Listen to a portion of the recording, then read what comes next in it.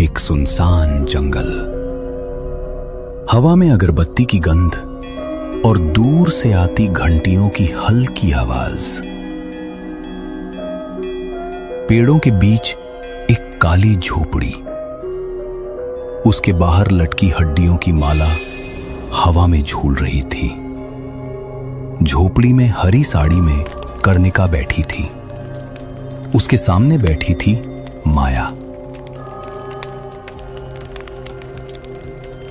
मैंने जो जो चीजें लाने को कहा था वो लाई हो तुम? हाँ, ये उसके पहने हुए कपड़े और ये उसके बाल जो उसके कपड़ों से मिले मुझे। बस अब तुम्हारा काम हो जाएगा। लेकिन ये काम तो करेगा ना? वो मुझे वापस तो मिल जाएगा ना? कभी किसी ने भी शिकायत नहीं की है। तुम्हारा विश्वास ही इसे जिंदा रखेगा।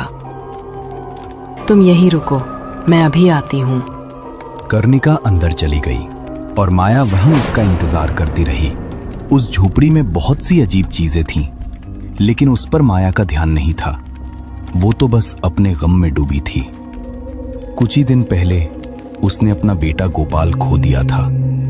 खेलते खेलते सड़क पर चला गया। बस एक पल में सब खत्म। तब से उसकी दुनिया उजड़ सी गई थी। अपने बेटे की याद में, उसे पाने की तड़प में वो बेचैन रहती थी। उसके पति रमेश ने उसे संभालने की कोशिश की, लेकिन माया की आंखों में खालीपन बढ़ता गया। गांव वाले कहते वो पागल हो गई है। फिर उसने सुना एक तांत्रिक औरत के बारे में जो मंत्रों से गुड़ियों में जान डालती है। गांव में कहा जाता था तंत्र विद्या से वो कुछ भी कर सकती है, मरे हुए लोगों को वापस ला सकती है। गांव के बाहरी जंगल के किनारे उसकी झोपड़ी थी। अपने बेटे की हंसी फिर से सुनने के लिए वो बेचैन थी। जब उसने अपने पति रमेश को यह बात बताई तो उसने इनकार कर दिया। उसका इन सब बातों पर विश्वास नहीं था, इसलिए वो छिपते छिपाते उस दिन कर्णिका से मिलने गई।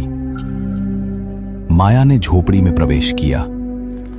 झोपड़ी में मिट्टी के दिए जल रहे थे। अंदर तांत्रिक कर्णिका बैठी थी। उसके सामने बहुत सी गुड़ियाएं पड़ी थीं। दीवारों पर अजीब चिन्ह थे। जड़ी बूटियां लटकी थीं। माया अंदर घुसी।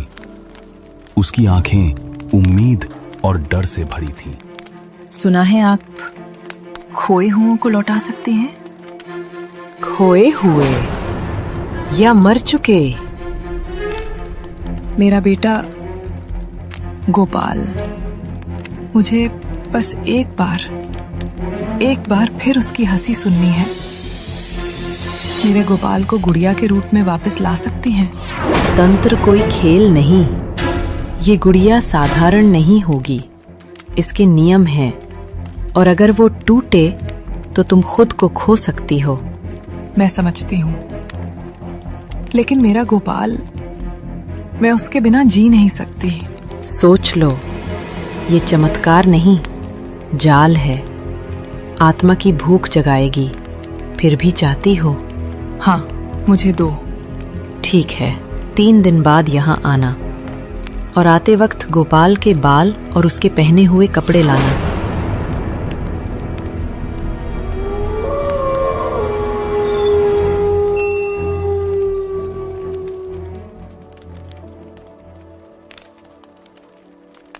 उस दिन के बाद माया अपने बेटे को लेने आई थी। कुछ देर बाद कर्णिका बाहर आई। उसके हाथ में एक गुड़िया थी जिसे गोपाल के कपड़े पहनाए गए थे। दिखने में वो बिल्कुल गोपाल जैसी थी। ये गुड़िया नहीं है, ये तंत्र है। इसमें जान फूंकी जाएगी। और अब इसके नियम सुनो। कौन से नियम? इस गुड़िया को छूने से ही ये जिंदा रहेगी, लेकिन इस गुड़िया से हर दिन सिर्फ 1 घंटा बात करना, छूना। 1 पल भी ज्यादा किया तो जो लौटा है वो तेरा नहीं रहेगा। तंत्र की जान चुकानी पड़ती है। मुझे परवाह नहीं, मुझे बस मेरा गोपाल चाहिए। कर्णिका गहरी सांस लेकर मंत्र पढ़ती है। हवा भारी हो जाती है, दियों की लौ ऊंची उठती है। गुड़िया की आंखें हल्की सी हिलती हैं। एक पल के लिए उसमें सांस भर जाती है। कर्णिका वो गुड़िया माया के हाथ में रखती है। ले जा, लेकिन याद रख, दुख का इलाज तंत्र नहीं करता, तंत्र तो दुख से समझौता करवाता है। माया के हाथ में वो गुड़िया आते ही गोपाल में बदल गई, या फिर माया को उस गुड़िया में गोपाल दिखने लगा। उसने उस गुड़िया को गले लगाया। माया चुपचाप सिर झुकाकर झोपड़ी के बाहर निकली। बारिश हो रही थी। कीचड़ में उसके कदमों के निशान धुंधले पड़ते जा रहे थे। दूर कहीं मंदिर की घंटी बजती है, शायद चेतावनी, शायद विदाई। माया का घर, टूटी दीवारें, मिट्टी का आंगन। रमेश, उसका पति, खेत से लौटता है। वो देखता है माया कमरे में बैठी है, गोद में गुड़िया लिए। गुड़िया वैसी ही है, छोटी, मासूम, मगर उसकी आंखें किसी जिंदा चीज जैसी चमक रही हैं। ये क्या है माया? गोपाल लौट आया है रमेश। देखो, वो मुस्कुरा रहा है। रमेश हंसने की कोशिश करता है, मगर गला सूख जाता है। ये गुड़िया है। अब तू पागल हो गई है क्या? इसमें क्या लौटेगा? और मैंने तुझे मना किया था ना उस तांत्रिक के पास जाने के लिए। देखो ना, तुम्हारे पापा को विश्वास ही नहीं हो रहा कि तुम वापस आ गए हो अपनी माँ के पास। तू ये क्या पागलों की तरह गुड़िया से बात कर रही है? रमेश गुस्से में गुड़िया को छीनने जाता है। उसका हाथ लगते ही एक हल्की खनक होती है, जैसे कोई बंद सांस फिर चल पड़ी हो। गुड़िया गोपाल में बदल गई और उसने रमेश की तरफ हंस कर देखा। रमेश पीछे हट गया और वो गुड़िया फिर से पहले जैसी हो गई। हे भगवान, ये क्या कर डाला तूने? ये तंत्र मंत्र करके क्या लेकर आई हो तुम? लेकिन वो वापस आ गया। कहते हैं उम्मीद कभी कभी सबसे बड़ा श्राप होती है। माया के लिए वो गुड़िया अब गोपाल थी और रमेश के लिए डर।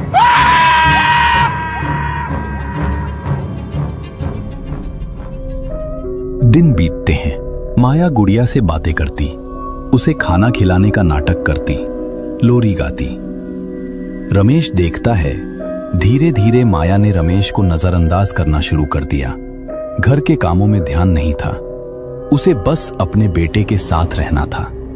तांत्रिक के बताए नियम भी वो भूल चुकी थी। रमेश अपनी पत्नी को ऐसी हालत में देखता तो उसका दिल भर आता। अपना बेटा तो उसने खो दिया, लेकिन अपनी पत्नी को रोज थोड़ा थोड़ा खोना और मुश्किल लगने लगा। उनके बीच अक्सर झगड़े होते। माया रोने लगती तो रमेश कुछ कह नहीं पाता। रमेश को एक और डर सताने लगा था। रात में अब उसे उस गुड़िया की आवाज सुनाई देने लगी थी। कभी कभी रात में वो आवाज गहरी हो जाती। जब माया उसे छूती नहीं थी तब भी गुड़िया के होठ हिलते, आंखें हलती, पर माया नहीं देखती।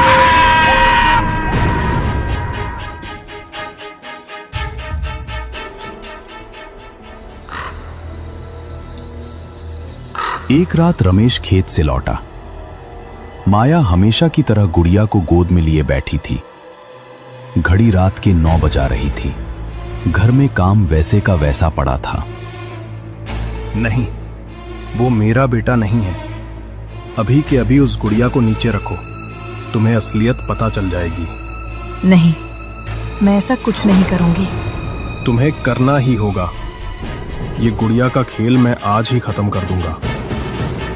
रमेश माया से उस गुड़िया को छीनने लगा, लेकिन माया तो मानो पागल हो गई थी। अपनी पूरी ताकत से वो गुड़िया को रमेश से खींचने लगी। तभी उसके गोपाल, गोपाल मेरा बेटा, ये तुमने क्या किया? मेरा बेटा छीन लिया।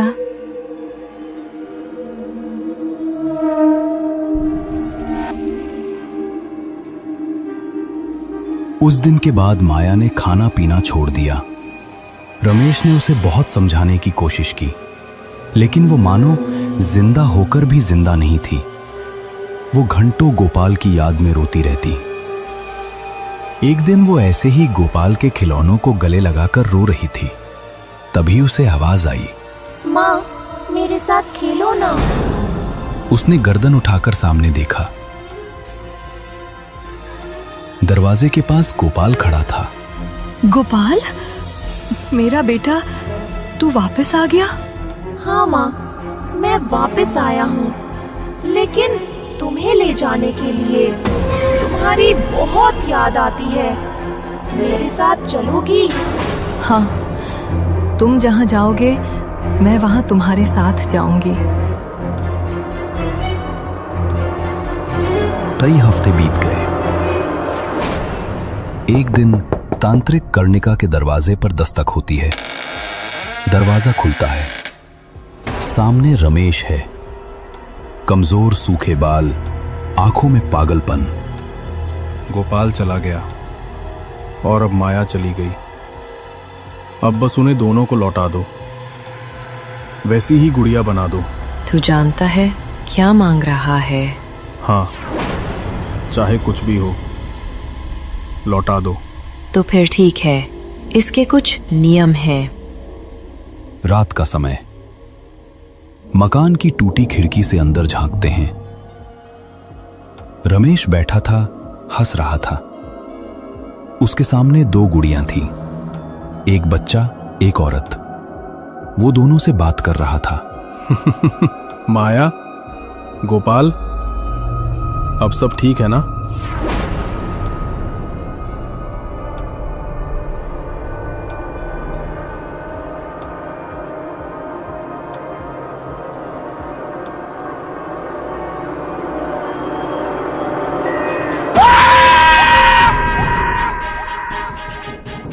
सत्य की अस्वीकृति सबसे बड़ा दुख है। कहानी का मुख्य संदेश ये है कि मृत्यु या हानि जीवन का एक अटल सत्य है। माया अपने बेटे गोपाल की मृत्यु को स्वीकार नहीं कर पाई। इस अस्वीकृति के कारण उसने तांत्रिक के खतरनाक रास्ते को चुना, जिससे उसका और उसके पति रमेश का जीवन पूरी तरह बर्बाद हो गया।